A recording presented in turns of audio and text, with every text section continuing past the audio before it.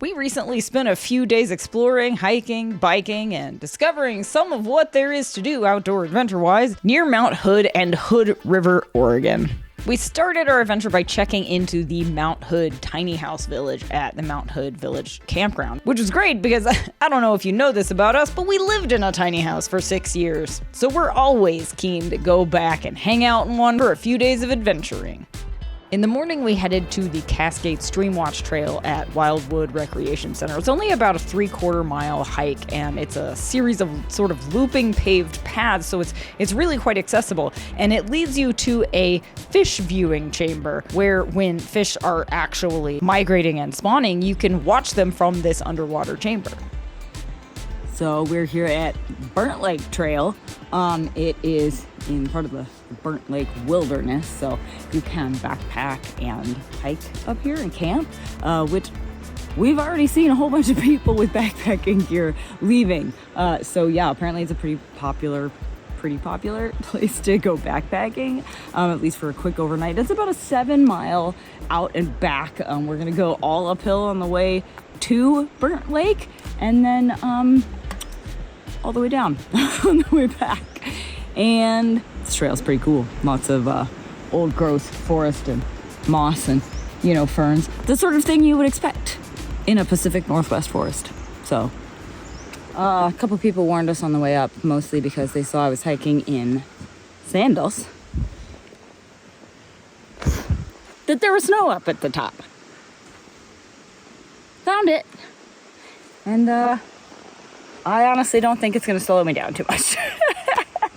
It doesn't look like it's pretty packed, so it's not like my feet are sinking into fresh powder here. I'm not worried about it. Let's go. A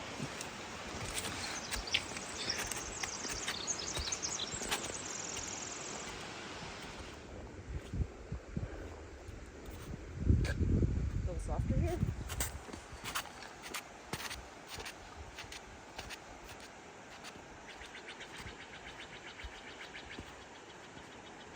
I'm thawing my toes in the sun. If I'm being totally honest, I grabbed my hiking boots for this exact reason, and then left them by the door of the tiny house. So I wouldn't recommend hiking in this much snow in sandals. My toes are fine. They're just a little chilly. Boots in snow, recommended. Next time, I guess I won't forget my boots. It's like that time I forgot my headlamp and had to trail run out in the dark with my cell phone light. Ask me if I forgot my headlamp again. I did not. Yay! Barefoot sandals.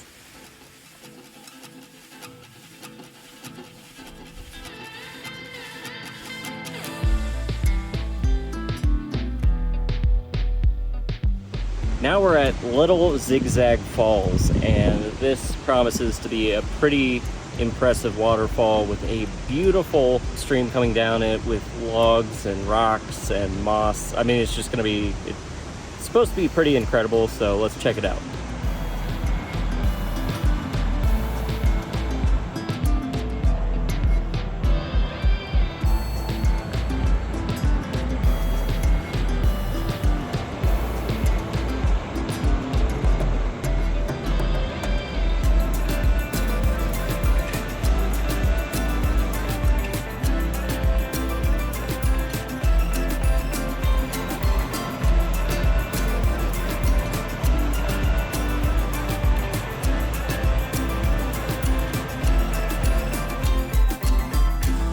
For most of the summer, you can drive all the way down to Trillium Lake. There's a campground, there's a day use area. I believe you can go swimming. Great views of like Mount Hood reflected in the water. However, in the spring and the fall, after snow starts falling and or just starts melting, the road is closed. So you have to walk the 2 miles down the road, which may be kind of slushy and snowy. So bikes weren't necessarily required, but maybe not a bad idea if you're earlier in the season, like April, early May. But still a really cool place to go check out. It should also be noted that this is a popular place to go snowshoeing and cross-country skiing in the winter. So if you come out then, there's always that option. Also, we found probably the best place to stay near Hood River, and that's the Camp Randonnée Cabins. It's a series of 4 upscale, stylish, and modern Scandinavian-style studio dwellings with full kitchen, living room, balcony, views of the Columbia River. There's even a coffee shop just down the hill, and of course fire pits for evening relaxation.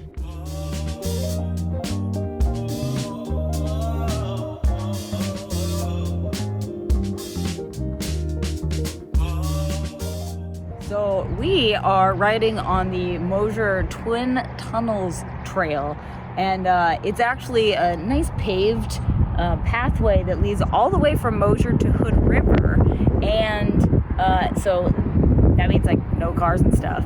However, it used to be for cars. This trail used to be the main highway, like the only road to get from Mosier to Hood River, and now there's nice highway down by the river itself. So we get this nice pathway to ride on, sends traffic. Yay!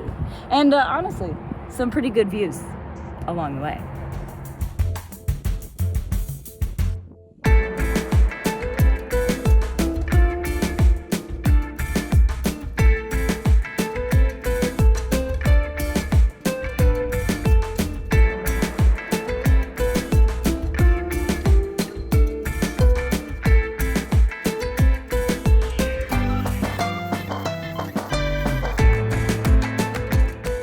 Within walking distance of Camp Randonnée is Mosier Plateau Trail, which is really the only walking trail in the area, but it's totally worth just rambling down and then taking a nice 3-mile out and back hike up to the plateau to see the really impressive views. It's especially pretty in the spring when the wildflowers are blooming, and I highly recommend heading up during golden hour so you can really enjoy that nice sunset-y glow on everything from the top. Just, like, don't forget your headlamp if you're planning on hiking back after it gets dark.